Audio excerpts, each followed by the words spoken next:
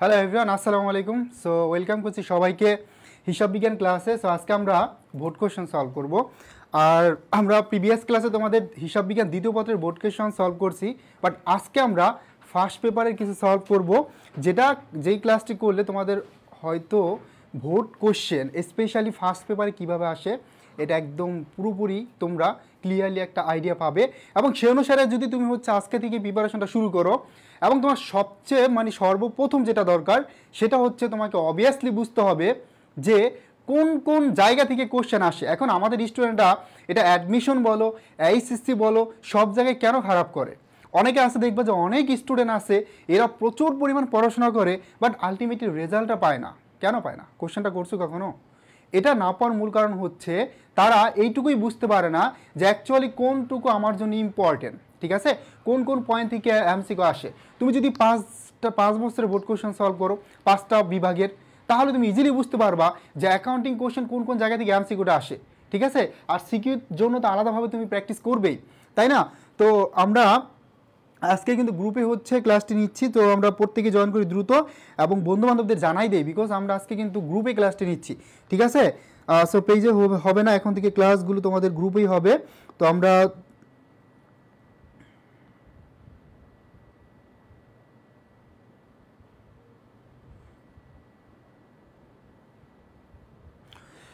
প্রত্যেকে জানাই, এবং যারা যারা জয়েন করলাম সবাইকে ওয়েলকাম। আমরা প্রত্যেকেই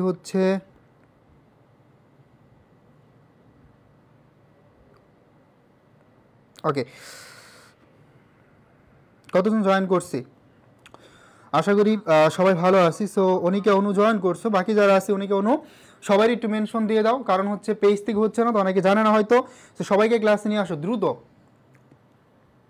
ওকে, আর আজকের ক্লাসটি অনেক অনেক অনেক অনেক অনেক অনেক বেশি স্পেশাল। ঠিক আছে, সো কোশ্চেনগুলো যখন সলভ করো তখন বুঝতে পারবা, এবং অবভিয়াসলি এটা তোমার জন্য মাস্ট ফরজ বলা চলে যে বোর্ড কোশ্চেন সলভ করাটা। তো আমরা এটা করানোর একটা উদ্দেশ্য আছে, সেটা হচ্ছে আমরা লাস্ট যে 2টা ক্লাস নিয়েছিলাম, তোমাদের লাস্ট ক্লাসটা আমাদের টপিকের উপরে ছিল, বাট এর আগে যে ক্লাসগুলো হয়েছে, হ্যাঁ, স্পেশালি ওই 2টা ক্লাস আমরা সেকেন্ড পেপারের বোর্ড কোশ্চেন সলভ করছি, এবং সেখানে আমি শুধু বোর্ড কোশ্চেন সলভ করেছি ব্যাপারটা এমন না, প্রত্যেকটা কোশ্চেনের সাথে যেই পয়েন্ট বলা চলে কে পয়েন্ট, ঠিক আছে, যেখান থেকে মাস্ট কোশ্চেন আসবেই ওই পয়েন্টগুলো তোমাদেরকে একদম ক্লিয়ার করে দিছি। ওকে, সো অনেকেই জয়েন করছি, নতুন দেখতেছি, সালাম দিয়েছো ভাইয়া, ওয়ালাইকুম সালাম।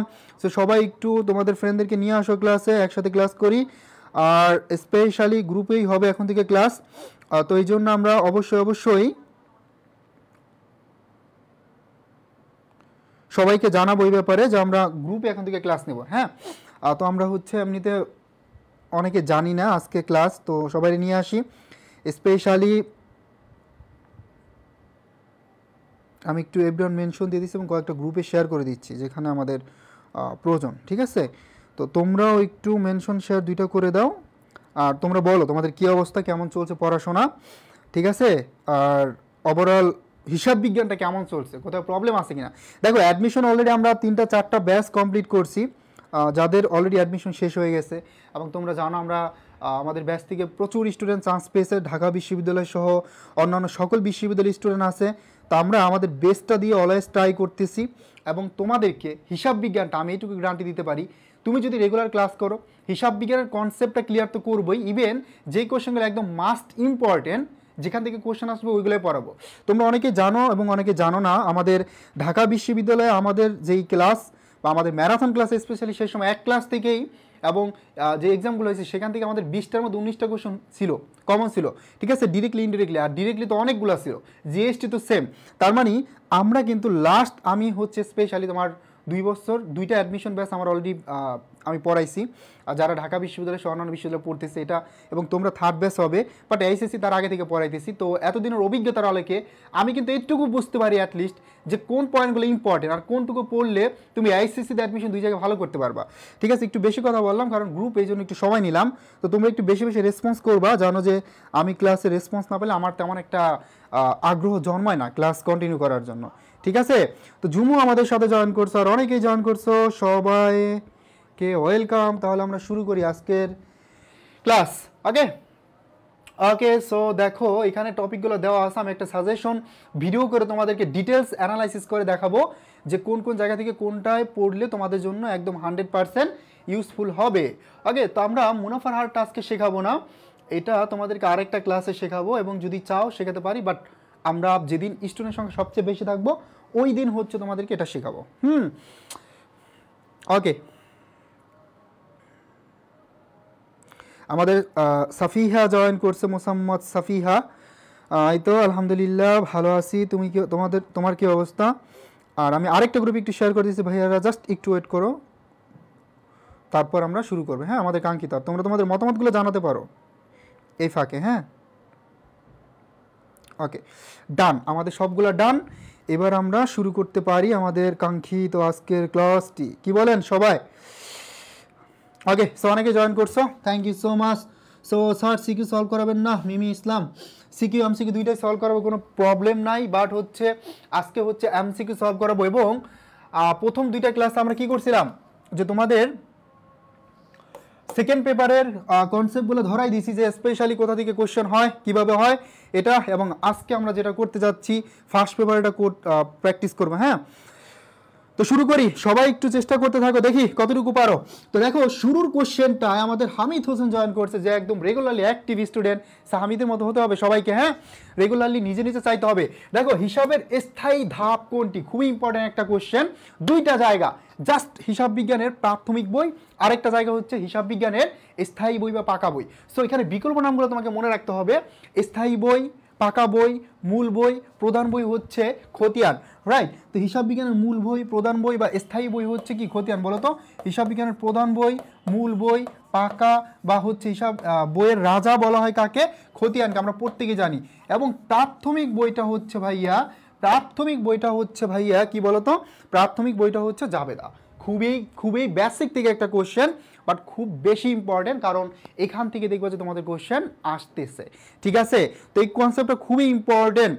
সো আমরা প্রত্যেকে এইটুকু ক্লিয়ার কিনা? আমরা দুইটা পয়েন্ট এখানে মনে রাখবো, নোট ডাউন করো দ্রুত, যে হিসাব বিজ্ঞানের প্রধান, পাকা, স্থায়ী বই হচ্ছে খতিয়ান, এবং প্রাথমিক বই বা হিসাব বিজ্ঞানের একদম প্রাইমারি লেভেলের বুক বলা চলে কাকে বলো তো?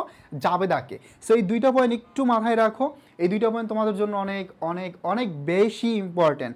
ঠিক আছে, so thank you so much. যারা যারা আনসার করতেছে, হামিদ করছি, জেমি করছি, মিমি ইসলাম করছি, সুমাইয়া খান বলছে লেট হয়ে গেল ভাইয়া, লেট হয়ে গেছে, বাট নেক্সট ক্লাসে চাইবা না যে লেট হয়। দেখো মানুষ হচ্ছে অভ্যাসের দাস, বা অভ্যাসটাই হচ্ছে দেখবা যে মানুষকে সবচেয়ে বেশি ইফেক্ট ফেলে।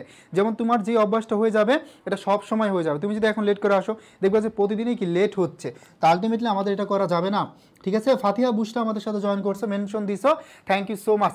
আমরা এই দুইটা কনসেপ্ট ক্লিয়ার, আস্তে আস্তে শিখি, বাট যতটুকু শিখবো ততটুকু যাতে একদম ভালো করে সুন্দর করে কনসেপ্টগুলো মাথায় নিতে পারি, সেটা তোমাদের মাথায় রাখা লাগবে। ঠিক আছে, আমরা প্রত্যেকেই চাই যে হিসাব বিজ্ঞানে অ্যাটলিস্ট আমাদের যাতে 90 আপ মার্ক থাকে।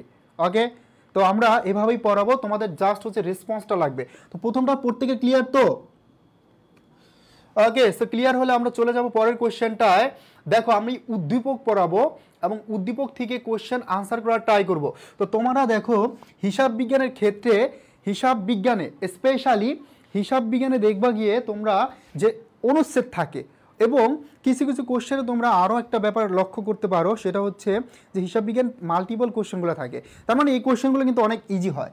যেমন মনে করো আমরা একটু দেখি, তোমাদের দেখাই, সেটা হচ্ছে দেখো এই কোশ্চেনটা যদি একটু বড় হয় তুমি কি করবা, যা শেষেরটুকু পড়বা। তো কি বলছে, সমাপনী মজুত পণ্যের মূল্য বাবদ কত টাকা আর্থিক বিবরণীতে অন্তর্ভুক্ত করতে হবে রক্ষণশীলতার নীতি অনুসারে। কি নীতি অনুসারে ভাইয়া? এটা খুবই ইম্পর্টেন্ট, হয়তো তোমার এই নীতিমালা থেকে কোশ্চেন দিবে, তা না হলে দেখবা যে ম্যাথ থেকে। তার মানে রক্ষণশীলতার নীতি অনুসারে আমরা জানি সমাপনী মজুত পণ্যের বাজার মূল্য এবং ক্রয় মূল্যের মধ্যে, অর্থাৎ বাজার মূল্য এবং ক্রয় মূল্যের মধ্যে যেটা কম সেটাকে অবভিয়াসলি আমরা আর্থিক অবস্থার বিবরণীতে দেখাই, তাই না? তো বলো ভাইয়া পুরা, তাহলে আমার কোনটা কারেক্ট হবে বলো তো, কোনটা কারেক্ট হবে? তো দেখো এখানে আছে যে তারিখে সমাপনী মজুত পণ্য মূল্যায়ন করা হয় 40,000 টাকা এবং বাজার মূল্য ছিল 50,000 টাকা। সো এখানে দুইটা মূল্যের মধ্যে কম কোনটা? ক্রয় মূল্যটা কম। তা আমরা জানি রক্ষণশীলতা নীতি অনুসারে যেই মূল্যটা কম সেটাকে অবভিয়াসলি আমরা আর্থিক অবস্থার বিবরণীতে অন্তর্ভুক্ত করি। একটা বিষয় খেয়াল করো, সেটা হচ্ছে তোমরা 9-10 থেকে হিসাব বিজ্ঞান আর্থিক অবস্থার বিবরণী করতেছো না? তো 9-10-এ দেখো তোমরা কিন্তু প্রত্যেকটা আর্থিক অবস্থার বিবরণীতে বা তোমাদের আয় বিবরণীতে তোমার কী লাগতেছে, সমাপনী মজুত পণ্য মূল্যায়ন করা লাগতেছে, তাই না? তো সেখানে দুইটা মূল্য দেওয়া থাকলে কোনটাকে তোমরা মূল্যায়ন করো? অবভিয়াসলি ক্রয় মূল্য বাজার মূল্য যেটা কম সেটাকে। তার মানে কোশ্চেনটা অনেক বড়, বাট আনসার করতে সময় লাগবে তোমার কি খুবই কম। ঠিক আছে, তো বুঝতে পারছি তো? 2 হচ্ছে ক নাম্বারটা তাহলে কারেক্ট আনসার, রাইট? বুঝতে পারছো? নাম্বার 1, এখান থেকে কোশ্চেন আসতে পারে যে সমাপনী এবং মজুত পণ্যের বাজার মূল্য এবং ক্রয় মূল্যের মধ্যে যেটা কম সেটাকে বিবেচনা করা হয় কোন মূল্য অনুসারে? এটা হবে কি রক্ষণশীলতা নীতি অনুসারে। এবং যদি তোমাকে টাকা দেখাইতে বলে তাহলে যেটা কম সেটাকে দেখাই দিবা। এখন এই রক্ষণশীলতা নীতি কি করে জানো ভাইয়া? এটা হচ্ছে তোমার সবসময় কমটাকে পছন্দ করে। যেমন সে আয়কে বা সম্পদকে না দেখিয়ে তিনি খরচকে লিপিবদ্ধ করবেন, কারণ সে সবসময় কমটাকে পছন্দ করে। আর এটা হচ্ছে রক্ষণশীলতা নীতির মূল কাহিনী। বুঝতে পারছো? ওকে, তারপর আমরা চলে যাব পরের কোশ্চেনটায়। সেটা হচ্ছে দেখো এই কোশ্চেনটা যে সমাপনী মজুত পণ্যের মূল্যায়ন কোন নীতি অনুসরণ করা হয়েছে। এই সেম কোশ্চেন যে এবার বলছে যে সমাপনী মজুত পণ্যের মূল্যায়ন কোন নীতি অনুসরণ করা হয়েছে। তো দেখো খুবই সিম্পল একটা কোশ্চেন, সেটা হচ্ছে আমরা একটু আগে পড়লাম যে রক্ষণশীলতা নীতি অনুসারে সমাপনী মজুত পণ্যের ক্রয় মূল্য এবং বাজার মূল্যের মধ্যে যেটা কম সেটাকে বিবেচনা করা হয়। তার মানে এটা কোন নীতি অনুসারে? রক্ষণশীলতা নীতি অনুসারে।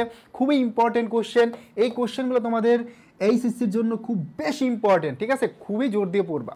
ওকে, সো এখন যেই পিরিয়ডটা আছে এইচএসসিতে আসো, তো এখন একটু ম্যাথ প্র্যাকটিস করা লাগতেছে বেশি বেশি। বাট মনে করো এখন যে সময়টা তুমি চাইলেই যদি কনসিস্টেন্টলি 4 ঘন্টা 5 ঘন্টা পড়াশোনা করে দেখো পড়াশোনা অনেক বেশি ইমপ্রুভ করতে পারতেছো। ঠিক আছে, বাট পড়াশোনাটা যদি গুছানো না হয় না তাহলে হবে না।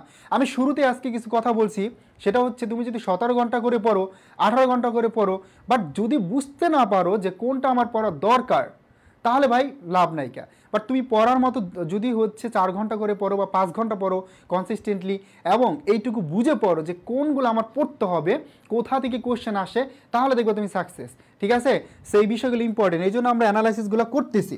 ওকে, তো আমরা যেটা বলছিলাম যে তোমরা একটু বেশি বেশি রেসপন্স করবে, হ্যাঁ তোমাদের রেসপন্সটা ইম্পর্টেন্ট বেশি। তার মানে তিনি হচ্ছে ঘ number. Thank you so much ভাইয়া পুরা, যারা যারা কারেক্ট আনসার দিতে পারছি। এখানে যারা আছে সবাই চেষ্টা করবে, অ্যাটলিস্ট সবাই চেষ্টা করবে কি জানো, আনসার করার, ভুল হোক বাট আনসার করার ট্রাই করবা। ওকে ওকে, সো তো চলে যাবো আমরা আরেকটা কোশ্চেনে। ব্যবসা সংগঠনের নিট লাভ কি নির্দেশ করে? তো আমরা এই কোশ্চেনটা খুবই সহজ একটা কোশ্চেন। আমরা জানি যে এই যে নিট লাভ অথবা নিট মুনাফা অথবা বলতে পারো প্রফিট অথবা নিট আয়, এই নিট মুনাফাটা হচ্ছে তোমার মেনলি কি নির্দেশ করে এটা আসছে। তো আমরা জানি যে আর্থিক অবস্থার বিবরণীতে নিট মুনাফা দেখানো হয় কোথায় বলো তো? দায় পাশে। কিন্তু কিসের সাথে? মূলধনের সাথে আমরা কি করি? নিট মুনাফাটা যোগ করি না? এই মূলধনের সাথে আমরা কি করি বলো তো? মূলধনের সাথে গিয়া এই নিট মুনাফাটা যোগ করে দিই না ভাইয়া পুরা? এটা যোগ করে দিই না, তাই না? তাহলে এটা যোগ করে দিই কোথায় বলো তো? এটা হচ্ছে মূলধনের সাথে যোগ করি। এখন এখানে কিন্তু দেওয়া নাই যে মূলধন, ঠিক আছে, মূলধনের সাথে যোগ হবে, এটা দেওয়া নাই কা, বা মূলধনের সাথে ইনক্লুড হবে, বাট এখানে দেওয়া আছে অভ্যন্তরীণ দায়। আমরা জানি এই নিট মুনাফাটা হচ্ছে একটা অভ্যন্তরীণ আয়, ঠিক আছে, বাট এখানে যেহেতু দেওয়া নেই অভ্যন্তরীণ আয়, তো এটাকে আমরা দেখাই কোথায়? আর্থিক অবস্থার দায় পাশে। কিসের পাশে? দায় পাশে, মূলধনের সাথে যোগ করি। তার মানে এটা হচ্ছে একটা অভ্যন্তরীণ দায়। এটাকে বলা চলে ওয়ান কাইন্ড অফ অভ্যন্তরীণ বা ইন্টারনাল লায়াবিলিটিস। বুঝতে পারছো? তার মানে 4 হচ্ছে আমাদের অভ্যন্তরীণ দায়। এটা হচ্ছে কারেক্ট আনসার। সবাই ক্লিয়ারলি বুঝতে পারছি? দায়টা হচ্ছে ক্লিয়ারলি আমার কারেক্ট আনসার, অভ্যন্তরীণ দায়। এবং তোমরা জানো এই নিট মুনাফাকে কী করা হয়? সঞ্চিত হিসাবে স্থানান্তর করা হয়। নিট মুনাফাকে সঞ্চিত হিসাবে স্থানান্তর করা হয়, এটা প্রতিষ্ঠানের মধ্যে কিন্তু সংগঠিত হয়। ফর দিস রিজন এটা হচ্ছে ইন্টারনাল দায়, ইন্টারনাল লায়াবিলিটিস। বুঝতে পারছো সবাই? ওকে, সো এই কোশ্চেনগুলো, এই পয়েন্টগুলো একটু ফোকাস করবো, তাহলেই তোমাদের ইনশাল্লাহ বেসিক ক্লিয়ার হয়ে যাবে। পরে দেখো ব্যাংক সমন্বয় বিবরণীর মূল উদ্দেশ্য কি? খুবই বেসিক একটা কোশ্চেন, এই কোশ্চেনটা সবাই পারবে, কারণ ব্যাংক সমন্বয় বিবরণীর টপিকটা আমরা কি করছি, একদম সুন্দর করে কমপ্লিট করছি, তাই না? তো দেখো ব্যাংক সমন্বয় বিবরণী কি কাজ করে? ব্যাংক সমন্বয় বিবরণী হচ্ছে ভাইয়া পুরা তোমার কি করবে বলো তো? এটা হচ্ছে তোমার যদি হচ্ছে ব্যাংক বই, ব্যাংক সমন্বয় বিবরণীতে 2টা বই থাকে, একটা ব্যাংক বই, এটার আরেকটা নাম হচ্ছে পাস বই।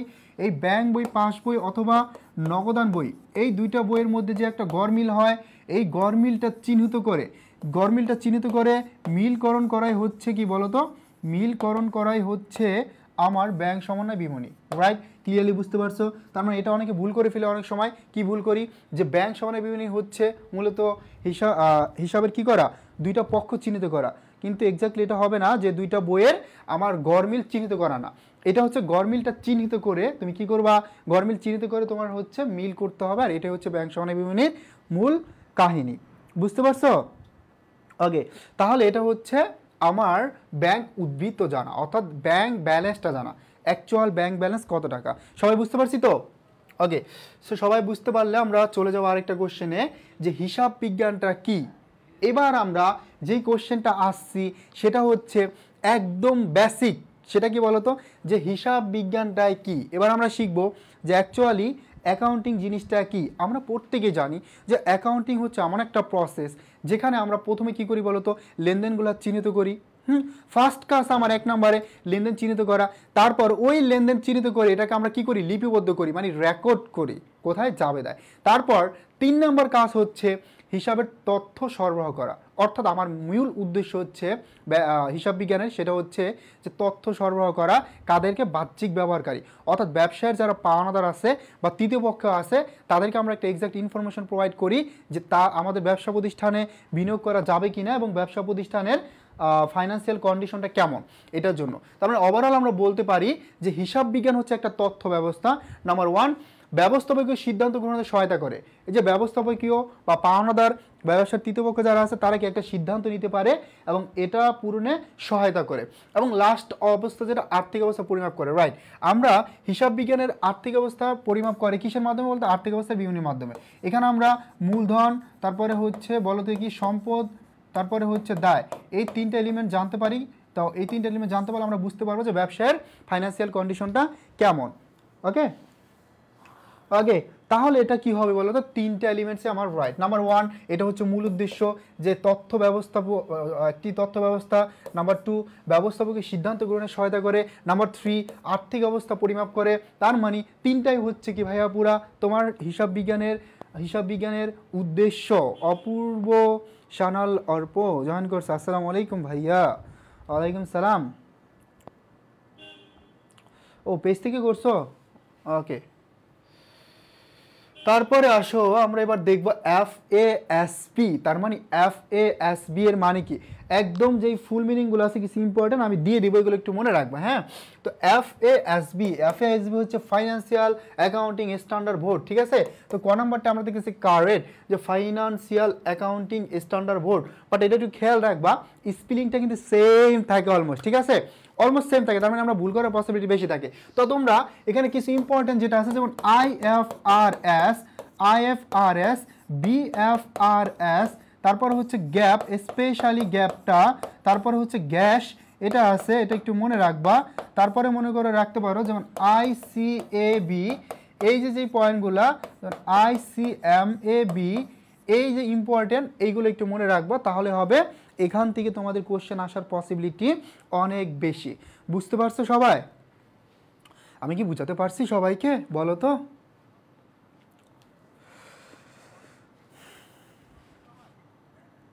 ভাই এনজয় করতে হবে, পড়াশোনাটাকে অনেক বেশি এনজয় করতে হবে। আর স্পেশালি অ্যাকাউন্টিংটা দেখবা যে আমি সবচেয়ে সহজ ভাষা অ্যাকাউন্টিং পড়াই। তোমাদের বড় ভাই আপুর যারা আমার ক্লাস করছে অলরেডি অ্যাডমিশনের, তারা দিয়ে ফেলছে, তাদেরকে জিজ্ঞেস করো যে রাকিব ভাইয়ের ক্লাস কেমন, ঠিক আছে। সবচেয়ে ইজিভাবে আমি সবসময় প্রেজেন্ট করি অ্যাকাউন্টিংটা। এবং তোমরা স্পেশালি এইটুকু বুঝতে পারবা কয়েকদিন পরে যে এখনও আমি যত ম্যাথ করি কখনো ক্যালকুলেটর কিন্তু ইউজ করি না, এটা স্বাভাবিক একটা ব্যাপার। বাট অ্যাডমিশনে এই বড় সংখ্যা যখন তোমার ক্যালকুলেটর ছাড়াও মানে ইউজ করা যেত ঢাকা বিশ্ববিদ্যালয় 2016 সেশনের আগে, তখনও যে টাইপের বড় ম্যাথ আসছে দেখবো ওইগুলো আমি ক্যালকুলেটর ছাড়া সলভ করতে পারতেছি। এবং তোমাদেরকে আমি ওভাবেই শেখাবো যে কীভাবে 2 সেকেন্ডে 1 সেকেন্ডে কী করা যায়, বড় ম্যাথ ক্যালকুলেটর ছাড়া সলভ করা যায়, সেগুলো শেখাবো, ঠিক আছে। তো চেষ্টা করো তোমরা বেস্টটা দিয়ে, এবং আমি তোমাদের পাশে আসি। যদি হচ্ছে বেশি রেসপন্স পাই দেখবে শেষ সময় আমরা যেটা তোমরা অনেকে আমার কাছে সবসময় বলো যে ভাইয়া সেটা হচ্ছে আর্থিক অবস্থার বিবরণী ক্লাস দেন, যেমন যৌথ মূলধনী কোম্পানির আর্থিক বিবরণী অথবা এক মালিকানা ব্যবসায় যে আর্থিক বিবরণী। সো ওখানে আমি অনেকগুলো ক্লাস দিব। আর যেমন স্পেশালি তোমাদের MCQতে 2টা পার্ট অ্যাটলিস্ট 8-16 মার্ক থাকবে।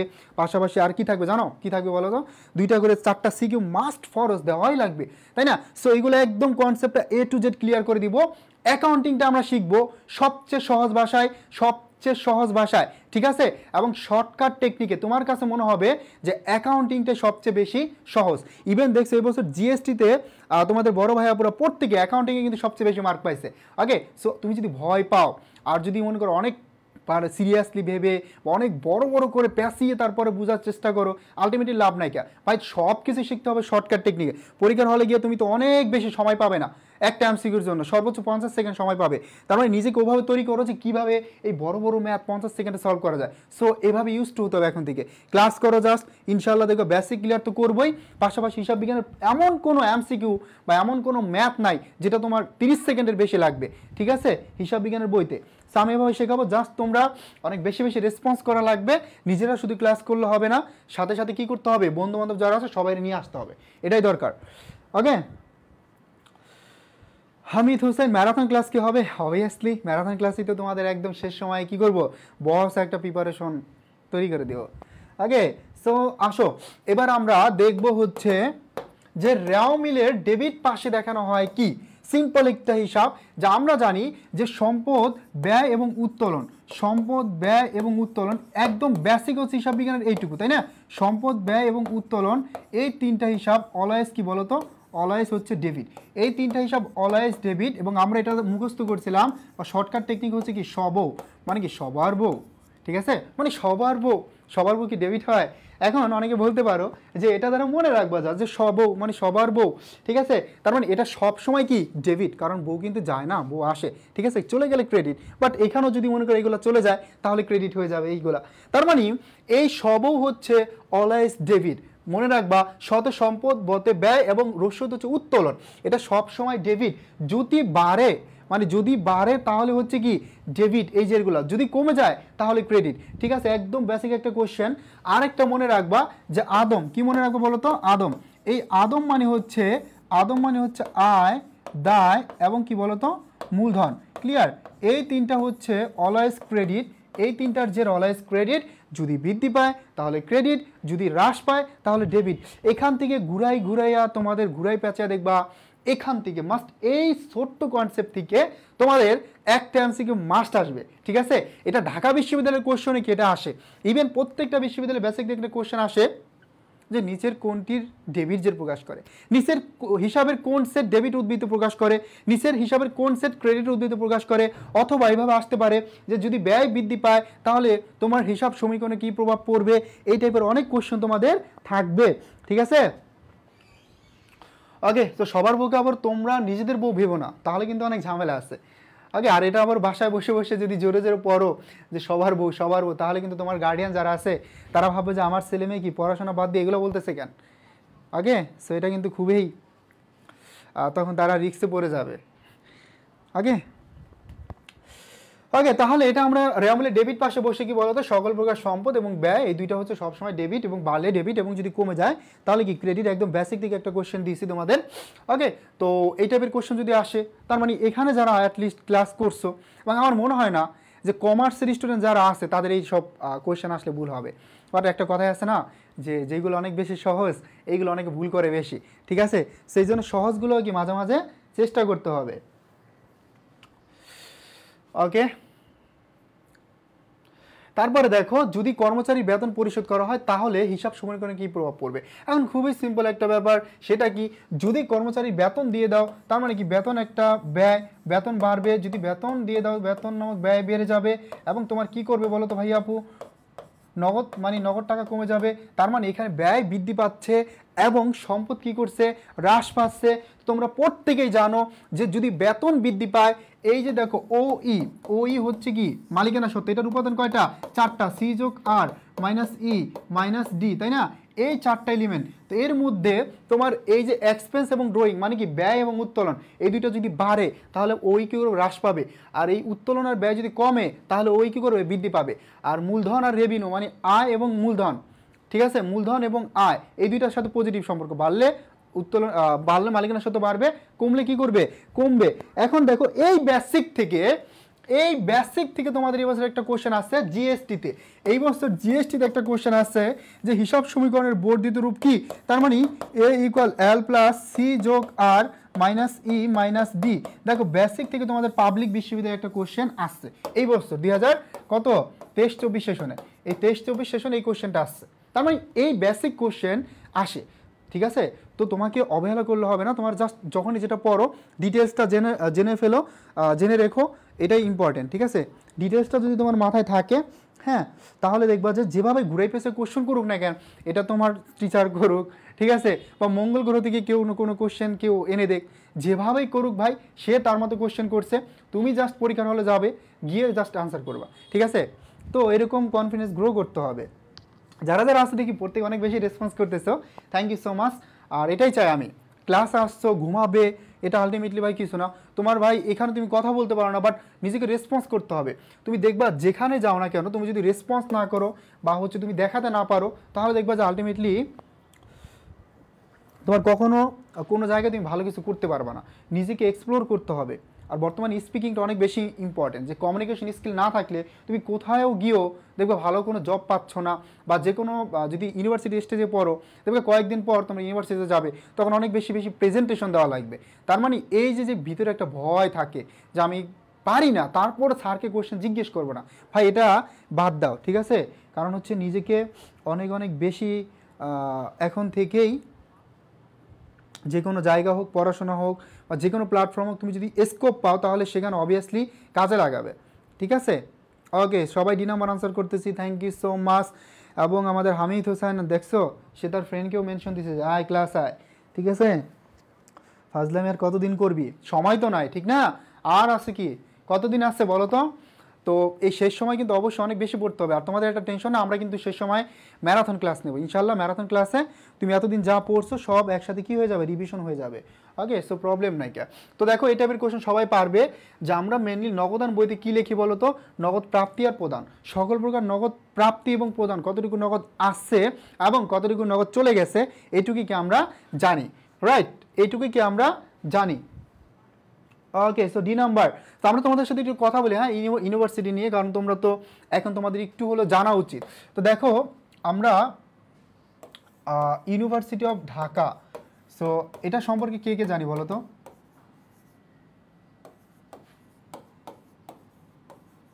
বা তোমরা কি এখন থেকে মানে কোনো এই বিষয়ে কোনো আইডিয়া আছে, বা আমরা কে কে স্বপ্ন দেখি যে ঢাকা বিশ্ববিদ্যালয় বা অলরেডি যে কোনো একটা পাবলিক বিশ্ববিদ্যালয়ে পড়বো। 46 জন আছে, তার মানে সময় অনেক কম, তাই না।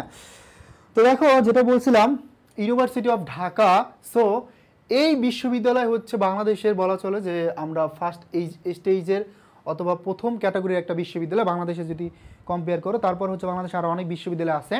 তো এখানে অনেকে ভাবতে পারো যে কম্পিটিশন বেশি, সব কিছু বেশি, বাট আমি যদি তোমাকে বলি, তুমি যদি কোশ্চেন দেখো, অ্যানালাইসিস করো, এই ঢাকা বিশ্ববিদ্যালয়ের FBS, অর্থাৎ তোমরা যেটা আসবা সেটা হচ্ছে FBS। তার মানে এই FBS-এ হচ্ছে তোমার সবচেয়ে বেশি সিট আছে কমার্সের জন্য, মানে অন্যান্য সব বিশ্ববিদ্যালয়ের তুলনায়, ঠিক আছে। তার মানে FBS-এ সিট আছে টোটাল 1050টা।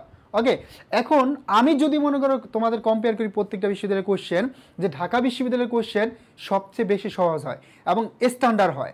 তুমি যদি জাস্ট সিকোয়েন্সটা ধরতে পারো, ঠিক আছে, জাস্ট সিকোয়েন্সটা ধরতে পারো, AICC দেওয়ার পর জাস্ট 3-4 মাস যতটুকু সময় থাকবে, একদম মন থেকে যদি চাও যে আমি ঢাকা বিশ্ববিদ্যালয়ে পড়বই, আর এটার জন্য আমার যা করা লাগে, যতটুকু পড়াশোনা করা লাগে আমরা করব, ঠিক আছে। যদি এই ডেডিকেশন থাকে, তোমার এই ডিটারমিনেশন তুমি রাখতে পারো, তাহলে অবভিয়াসলি ঢাকা বিশ্ববিদ্যালয়ে চান্স পাওয়া সবচেয়ে বেশি সহজ, রাইট। তো এখন থেকে কিছুটা হলেও এখন থেকে স্বপ্ন দেখা লাগবে, এবং এই স্বপ্ন পূরণে আমরা তোমাদেরকে সর্বোচ্চ সহযোগিতা করব। তোমরা জানো এখানে যারাই ক্লাস নেয় প্রত্যেকে অনেক বেশি কোয়ালিফাইড, পাশাপাশি সবাই কিন্তু ঢাকা বিশ্ববিদ্যালয়ের। এখন তুমি যেই বিশ্ববিদ্যালয়ে পড়বা, সে যে এই রাস্তা দিয়ে গিয়েছে, যে এই সম্পর্কে জানে যে কি করতে হবে, কি করলে সব সহজেই চান্স পাওয়া যায়, কিন্তু তোমার অবভিয়াসলি উচিত তার কথা শোনা। এখন যে এই বিশ্ববিদ্যালয়ে পড়ে না, সে তো নিজেই ব্যর্থ, সে তো চান্স পায় নাই, সে তোমার কীভাবে চান্স পাবে। তো অবভিয়াসলি তোমরা যার পরামর্শ নাও, যেটাই নাও, সেটা যাতে তোমার জন্য ইফেক্টিভ হয়, এবং তার পরামর্শ নিবা। তোমার কাছে যদি মনে হয় যে না, সে এটার যোগ্য, তার কাছ থেকে নাও, তাহলে দেখবা যে অবভিয়াসলি এটা পারবা। সো অনেকেই দেখো মিমি ইসলাম 930, তোমাদের ওভারঅল তোমার হচ্ছে গ্রুপ বিভাগ পরিবর্তন আছে, পাশাপাশি বিজ্ঞান আছে, এগুলো নিয়ে। তো অনেকে স্বপ্ন দেখি, আর স্বপ্ন পূরণের জন্য কিছুটা হলো তোমরা এখনই পড়তেছো, আমি মাঝে মাঝে দেখাবো যে অ্যাকচুয়ালি এই কোন এইচএসসির সাথে অ্যাডমিশনের ডিফারেন্সটা কোথায় এবং কোশ্চেনগুলো কীভাবে একটু ঘুরাই ফিরে আসতে পারে, এই বিষয়গুলো নিয়ে আলোচনা করো মাঝে মাঝে। এবং তোমাদের জন্য আমাদের already due pre admission batch আছে, যেটা আমাদের এই বছর কিন্তু অনেক 1000+ স্টুডেন্ট ছিল এই ব্যাচটিতে, ঠিক আছে। তো এখানে তোমাদের জন্য প্রি অ্যাডমিশনের একটা সুযোগ থাকবে। তো আমরা খুব শীঘ্রই এই ব্যাচটিতে ক্লাস শুরু করবো, মানে তোমাদের এইচএসসি শেষ হওয়ার সাথে সাথেই। বাট আমরা আগে থেকেই হচ্ছে তাদেরকে ভর্তি নিব, এবং এখান থেকে এখন থেকেই অ্যাটলিস্ট তোমাদেরকে এইচএসসিতে কীভাবে প্লাস পেতে পারো ভালোভাবে প্রিপারেশনটা গুছিয়ে দিব, আর পাশাপাশি অ্যাডমিশন সম্পর্কে আইডিয়া প্রোভাইড করবো। আমাদের মেইন টার্গেট হচ্ছে তোমাদের আগে এইচএসসিতে টার্গেট A+, তারপর হচ্ছে অ্যাডমিশন। বাট এইচএসসিতে যা পড়তেছে এটার সাথে কোন টপিকগুলো পড়লে কোন সাবজেক্টে, যাতে তোমার এইচএসসিটা ভালো, অ্যাডমিশনের জন্য নিজেকে কিছুটা আগে রাখতে পারো, ঠিক আছে। তো এটা হচ্ছে তোমাদের আগাম একটা বার্তা দিলাম। সো অবভিয়াসলি টার্গেট করো ডিউকে।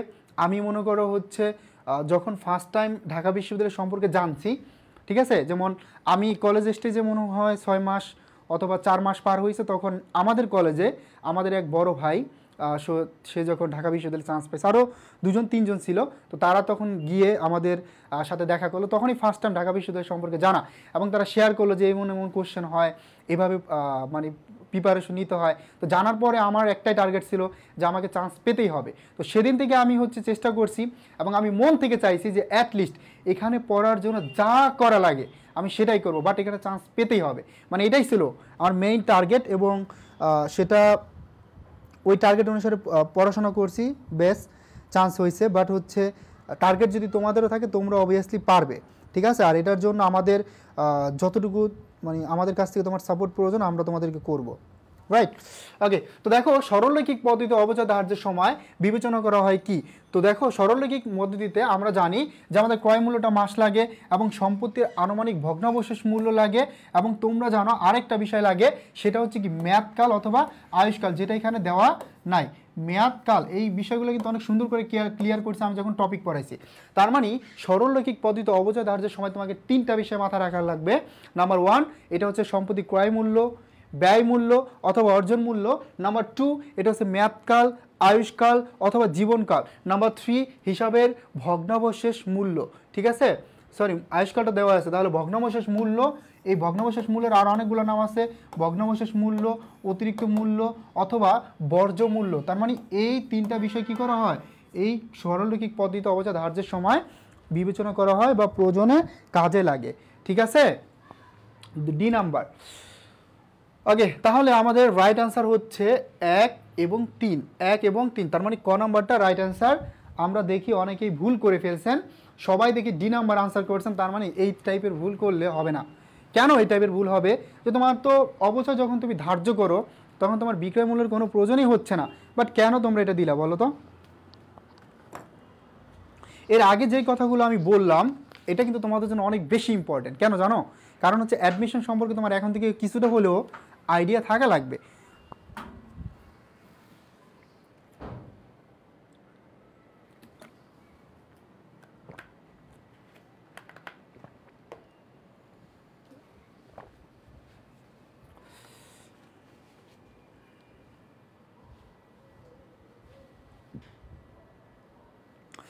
রিতিকা বলছে ভাই আমার কমেন্ট দেখা যায় না, এতক্ষণ দেখা যায় না, তুমি মনে এখন গ্রুপে আছো। আমি গ্রুপ থেকে দেখতেছি তো এই জন্য। ওকে রিতিকা, সমস্যা না, এখন কমেন্ট করে দেখা যাবে। তারপরে আসো আধুনিক হিসাব পদ্ধতিতে হিসাবকে কয় ভাগে ভাগ করা হয়, অর্থাৎ আধুনিক পদ্ধতিতে হিসাব কত প্রকার আমরা প্রত্যেকে জানি। আধুনিক পদ্ধতিতে হিসাব হচ্ছে 5 প্রকার। এটা কি কি বলতো? সম্পদ, দায়, মালিকানা সত্ত্ব, আয় এবং ব্যয়। অর্থাৎ সম্পদ, দায়, মালিকানা সত্ত্ব, আয় এবং ব্যয়। মালিকানা সত্ত্ব,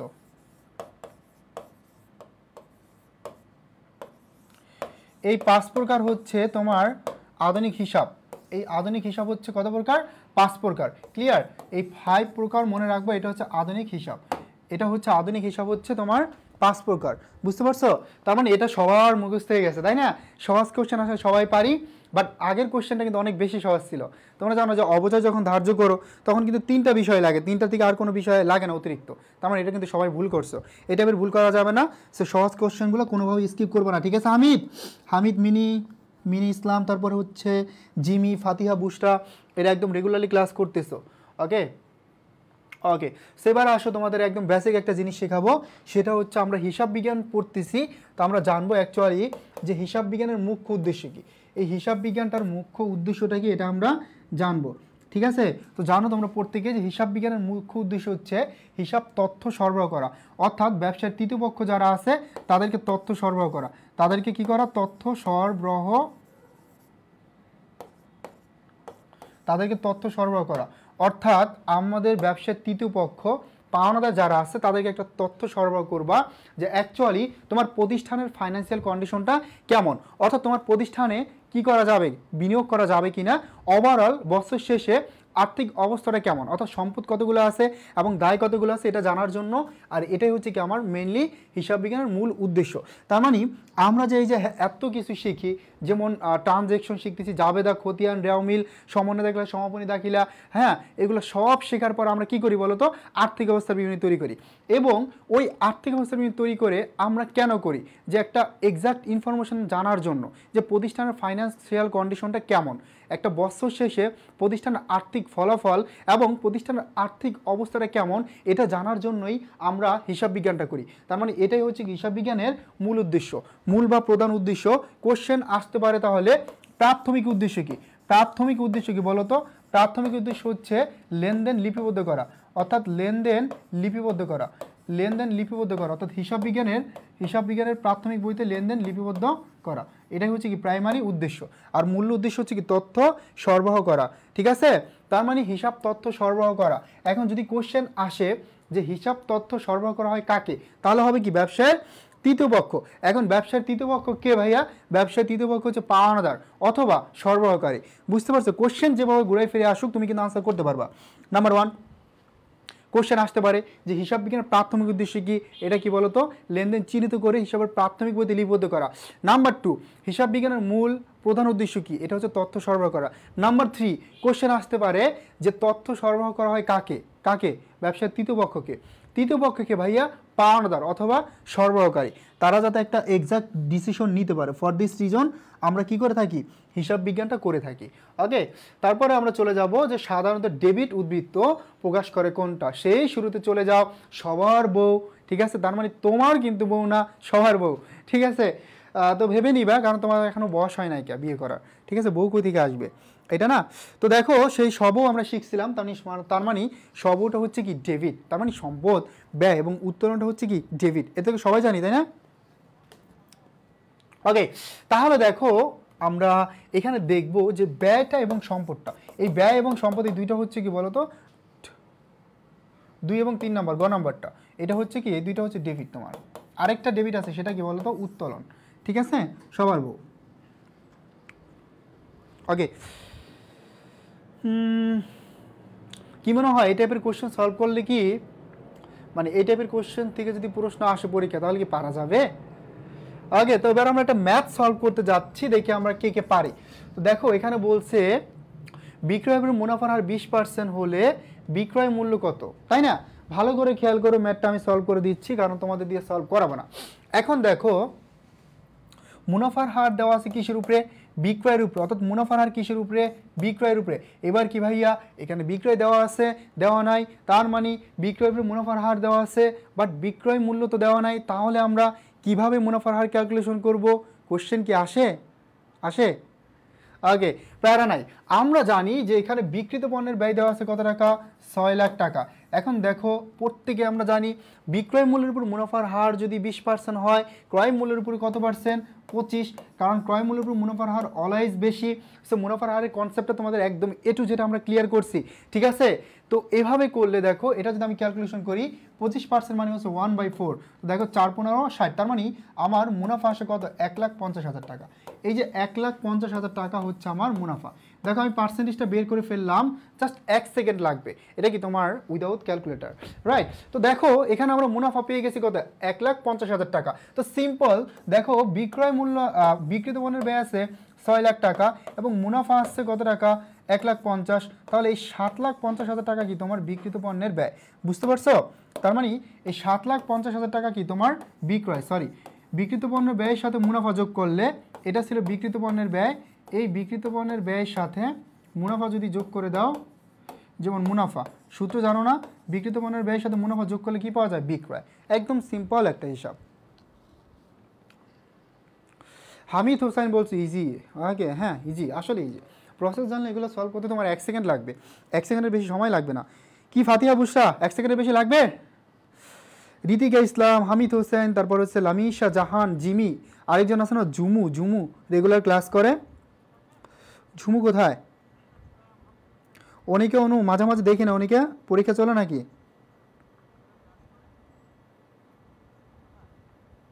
এমন একটা দেখবো অবস্থা হয়ে যাবে, তোমাদেরকে একসময় দেখবো অনেক বেশি পরিচিত মনে হবে এবং তোমাদের দেখলে দেখবে আমি চিনে যাব, ঠিক আছে? যারা যারা অনেক বেশি রেসপন্স করে তারা টিচারের অনেক বেশি প্রিয় থাকে, ঠিক আছে? দেখবা যে যেই ভালো রেসপন্স করে, এখন আলটিমেটলি তুমি যদি রেসপন্স না করে তোমাকে কীভাবে চিনবে? এটা অনলাইন হোক, অফলাইন হোক, যে কোনো প্ল্যাটফর্মে হোক, চেষ্টা করবে সবসময় বেশি বেশি রেসপন্স করার, ঠিক আছে? ওকে, সবাই বুঝছি।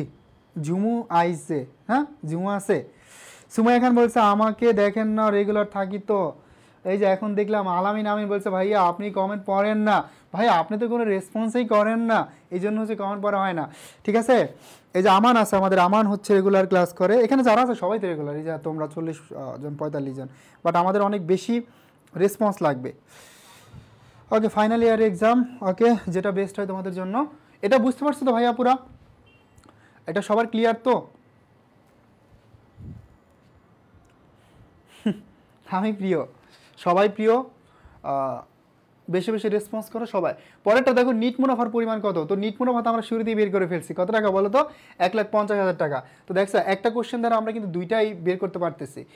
তো আমরা এখানে একটু দেখব, পরিচালন ব্যয় আছে 55,000 টাকা এবং মূলধনের সুদ আছে কত টাকা?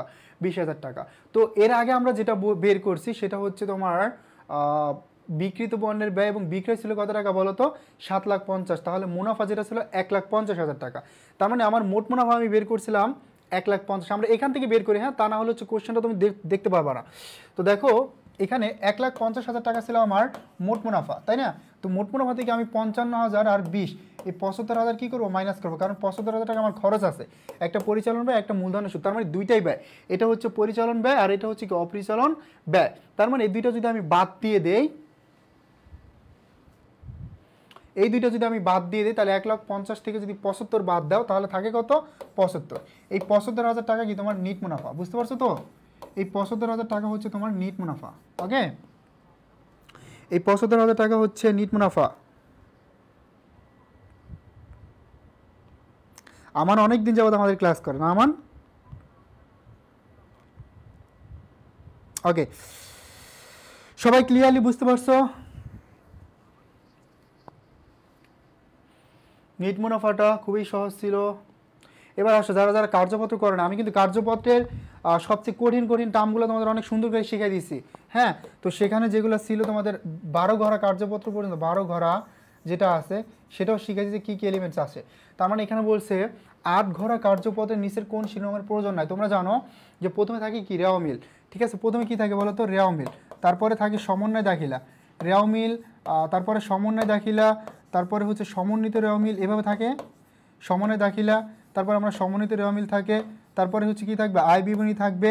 ওকে, তো এভাবে তোমরা করবা। তো এখানে আমরা সর্বোচ্চ আয় বিবরণী পর্যন্ত আসবে এবং উদ্ধৃতপত্র হচ্ছে 10 ঘরাতে থাকবে, এবং যদি 12 ঘরা করি তাহলে আরেকটা হিসাব চলে আসে, সেটা হচ্ছে সংরক্ষিত।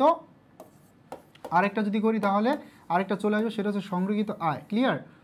সংরক্ষিত আয়। ওকে, তার মানে এইগুলো প্রত্যেকটা তোমাদের মনে রাখা লাগবে যে কোন ঘরাতে কোনটা আসবে। ওকে, তার মানে এখানে কি আসবে না? উদ্ধৃতপত্র বা আর্থিক অবস্থা বিবরণীটা আসবে না, কারণ এটা আসে 10 ঘরা পদ্ধতিতে। ওকে, সবাই ক্লিয়ারলি বুঝতে পারছো? আই হোপ প্রত্যেকে ক্লিয়ার, হ্যাঁ, প্রত্যেকে ক্লিয়ারলি বুঝতে পারছো তো? তারপরে দেখো কার্যপত্র, এটা হচ্ছে আমরা জানি যে হিসাব চক্রের একটা ঐচ্ছিক ধাপ, অতিরিক্ত ধাপ। তোমরা এই পয়েন্টটা একটু মনে রাখবো, প্রত্যেকেই নোট ডাউন করো। সেটা হচ্ছে ভাইয়া কার্যপত্রটা কি? এই কার্যপত্র হচ্ছে হিসাব বিজ্ঞানের ঐচ্ছিক ধাপ। কার্যপত্র হচ্ছে হিসাবের ঐচ্ছিক ধাপ অথবা হিসাব বিজ্ঞানের ঐচ্ছিক ধাপ। তোমরা প্রত্যেকে এটা জানো, তাই না? ঐচ্ছিক ধাপ বা অতিরিক্ত ধাপ। এখন দেখো যদি কার্যপত্র না থাকে, ঐচ্ছিক ধাপ হিসাবে তোমরা দাগাবে কোনটা বলো তো? বিপরীত দাখিলা। ক্লিয়ার? বিপরীত দাখিলা। এখন বিপরীত দাখিলাও যদি না থাকে তাহলে তোমরা কি দেখাবে বলো তো? বিপরীত দাখিলা না থাকলে দেখাবে সমাপনী পরবর্তী রেওয়ামিল, সমাপনী পরবর্তী রেওয়ামিল। ক্লিয়ার? সমাপনী পরবর্তী রেওয়ামিল এগুলো হচ্ছে হিসাব বিজ্ঞানের ঐচ্ছিক ধাপ। তার মানে প্রথম প্রায়োরিটি হচ্ছে কার্যপত্র, এটা হচ্ছে হিসাব বিজ্ঞানের ঐচ্ছিক ধাপ, এবং হিসাবের আরেকটা ঐচ্ছিক ধাপ হচ্ছে বিপরীত দাখিলা, দুইটাই ঐচ্ছিক ধাপ। আর যদি পয়েন্ট আকার আসে তাহলে দুইটাকেই তোমরা দিবা। হ্যাঁ, আর 3 নম্বর যদি দুইটার একটাও না থাকে, কোশ্চেনে যদি বলে যে হিসাবের ঐচ্ছিক ধাপ কোনটা, তাহলে দেখাবা সমাপনী পরবর্তী রেওয়ামিল। ওকে, তাহলে দেখাবা সমাপনী পরবর্তী রেওয়ামিল। আরে আমান, 8 ঘরা পদ্ধতিতে কোন শিরোনামের প্রয়োজন নাই? এখানে আমাদের 12 ঘরা পর্যন্ত কি আছে? কার্যপত্র আসে। তো আমরা প্রথমে দেখি রেওয়ামিল দেখাই, তারপরে সমন্বয় দাখিলা, সমাপনী পরবর্তী রেওয়ামিল, আয় বিবরণী, আর্থিক অবস্থার বিবরণী এবং সর্বশেষ সংরক্ষিত আয় বিবরণী। তার মানে প্রত্যেকটাই কি থাকে? 2টা করে ঘর থাকে, ডেবিট ক্রেডিট, তার মানে 12টা ঘর। বলছে 8 ঘরা পদ্ধতিতে কোনটার প্রয়োজন নাই? তা 8 ঘরা পদ্ধতি দেখো, রেওয়ামিল, সমন্বয় দাখিলা, সমন্বিত রেওয়ামিল, আয় বিবরণী, এই 4টা হয়ে গেছে। 4 দোকানে কত? 8। তার মানে আর্থিক অবস্থার বিবরণী কি 10 ঘরাতে আসে। যদি বলে আরেকটা, তাহলে হচ্ছে কি তোমার সংরক্ষিত আয় বিবরণী, এটা হচ্ছে 12 ঘরা পদ্ধতিতে আসবে। ঠিক আছে? জুমু কার্যপত্র পারি না কেন? পারো না? কার্যপত্র আমি তো করাইছি, অনেক ডিটেলসে পড়াইছি, তোমরা পেজে একটু দেখো। হ্যাঁ, 19 নম্বরটা শেষ, এবার আমরা সর্বশেষ একটা পড়বো, এবং আজকে আর পড়াবো না, বেশি পড়ালে আবার তোমাদের মাথায় কি করবে না, ক্যাপচার করবে না, তাই না? এই জন্য কম কম পড়াবো, যাতে যতটুকু পড়ে সেইটুকু যাতে মনে রাখতে পারো। ঠিক আছে? তারপরে আসো যে সমাপনী উদ্বৃত্তের তালিকাকে কি বলে। আমরা জানি যে সমাপনী উদ্বৃত্ত, খতিয়ানের যেই সমাপনী উদ্বৃত্ত বা খতিয়ানের যেই জের থাকে, তাই না? এই খতিয়ানের যেই জের থাকে, খতিয়ানের জের নিয়ে আমরা কি করি বলো তো? এই খতিয়ানের জের নিয়ে আমরা রেওয়ামিল তৈরি করি। Right or wrong? বুঝতে পারছি তো? আমরা খতিয়ানের জের নিয়ে অথবা খতিয়ানের উদ্বৃত্ত নিয়ে আমরা যেটা তৈরি করি সেটা হচ্ছে রেওয়ামিল। ওকে, এক্স্যাক্টলি বুঝতে পারছি তো? Okay, thank you so much for your patience everyone, এবং হোপফুলি দেখা হবে নেক্সট ক্লাসে। এবং তোমরা রুটিনটা অবভিয়াসলি কালেক্ট করবা, আর অবভিয়াসলি পিডিএফগুলো এই তোমাদের এই পেজে দিয়ে দিব। আমি প্রিভিয়াস ক্লাসের পিডিএফটাও কি এখানে আপলোড করে দিব। হ্যাঁ, 2টা ক্লাসেই। সবাই ভালো থাকি, সুস্থ থাকি, এবং আমি যেটা তোমাদেরকে একটু বলি মাঝে মাঝে, যে তোমরা একটু অবভিয়াসলি ট্রাই করো ভাইয়া, একটু সর্বোচ্চ দিয়ে যে তোমাদের ফ্রেন্ড যারা আছে তাদেরকে গ্রুপে অ্যাড করে দিবে। হ্যাঁ, আমরা চাই একসাথে সবাই মিলে ক্লাস করি, একসাথে সবাই মিলে অনেক কিছু শিখি। তোমাদের জন্য এত কষ্ট করতেছি, আলটিমেটলি এটা শেষ সময় আমাদের স্টুডেন্ট নাম্বার যদি আমরা বেশি দেখি তাহলে অনেক বেশি ভালো লাগে, এবং আমরা চাই এটা। ঠিক আছে? তো সবাই ভালো থাকি, সুস্থ থাকি, দেখা হবে নেক্সট ক্লাসে। এবং অবভিয়াসলি অ্যাকাউন্টিং এমন একটা সাবজেক্ট, তোমাকে নিজে নিজে বাসায় বসে বসে প্র্যাকটিস করতে হবে। ঠিক আছে? যেমন আমি যদি সিকিউ তোমাদের কাজ দেই, এখানে যে কনসেপ্টগুলো তোমাদের ক্লিয়ার করলাম, যে নোটগুলো নোট ডাউন করছো সবাই, প্রত্যেকেই হোপফুলি, শুরুতেই বলছে কিন্তু, বাট যারা করেনি তারা করে ফেলবা। আর পাশাপাশি হচ্ছে আমি কাজ দিব, হ্যাঁ, তোমাদেরকে অ্যাটলিস্ট খ বিভাগে তোমরা বুঝতে পারছো যে আর্থিক বিবরণী ব্যতীত, হ্যাঁ, আর্থিক বিবরণী ব্যতীত, এই আর্থিক বিবরণী ব্যতীত তোমরা যেটা করবা ভাইয়া, পুরা খ বিভাগ ঢাকা বোর্ড 2021-এর, হ্যাঁ, ঢাকা বোর্ড 2021 থেকে তুমি যে কোনো, বেশি দিব না, 2টা সিকিউ করবা। হ্যাঁ, 2টা সিকিউ যে কোনো টপিক থেকে, 2টা সিকিউ তোমাদের হোমওয়ার্ক। সো এই হোমওয়ার্কগুলো তোমরা আমাদের এই যে গ্রুপটা আছে আইসিসি 2024, যে গ্রুপ থেকে তোমরা ক্লাস করতেছো, এখানে সবাই সাবমিট করবা। বুঝতে পারছো? আর বাসায় বসে বসে যেগুলো প্র্যাকটিস করালাম, আরও বেশি বেশি দেখো, প্র্যাকটিস করো বোর্ড কোশ্চেন সলভের মাধ্যমে তোমার একটা আইডিয়া জেনারেট হয়ে যাবে যে অ্যাকচুয়ালি তোমার প্রিপারেশনটা কেমন এবং কোথায় ল্যাকিংস আছে এটা ধরতে পারবা। ঠিক আছে? হ্যাঁ, অনেক অবভিয়াসলি দোয়া করি ভালো করে এক্সাম দাও এবং ফার্স্ট যাতে হতে পারে। এর আগে তো তুমি ফার্স্ট হয়েছো, তাই না? কলেজের আমরা দেখতে চাই এখানে যারা যারা আছে কলেজের প্রত্যেকে টপ করতে হবে, আর এটা পসিবল যদি তুমি মন থেকে চাও। বললাম না, তোমার যদি এখন থেকেই যদি টার্গেট থাকে যে আমি ঢাকা বিশ্ববিদ্যালয়ে পড়বো, আমার AICCতে গোল্ডেন A+ টার্গেট, তাহলে অবশ্যই সম্ভব। এখন তোমার যদি টার্গেটই না থাকে, স্বপ্ন যদি না থাকে, তাহলে ভাইয়া তুমি তো পড়াশোনা করবা না, আর স্বপ্ন পূরণ কীভাবে করবা? Okay, thank you so much for your patience everyone.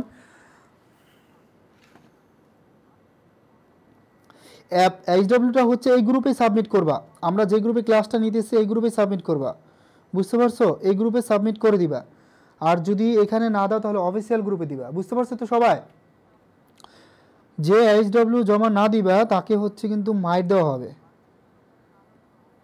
First paper সবাই বুঝতে পারছি তো? একটা কোশ্চেন কেন ভাই? এটা বলা লাগবে না, তোমরা কেমন বুঝি না, মানে একটা কোশ্চেন, এটা না বলে সরাসরি কোশ্চেনটাই করো। এনি এনি তুমি যে কোনো টপিক থেকে করতে পারো, মানে খ বিভাগ থেকে বোর্ড কোশ্চেন থেকে তুমি যে কোনো 2টা ম্যাথ করবা, আর যারা পারো তারা 5টা করে ফেলবা খ বিভাগ থেকে, যাতে 50 মার্কের মধ্যে 50 মার্কে আসে। ঠিক আছে? শরীফ টেস্ট পেপারে সবাই সাবমিট করবা, হ্যাঁ হোমওয়ার্ক যে কোনো 5টা, যারা যারা অলস তারা হচ্ছে 2টা করে করবা, যারা ইন্ডোলেন আছে।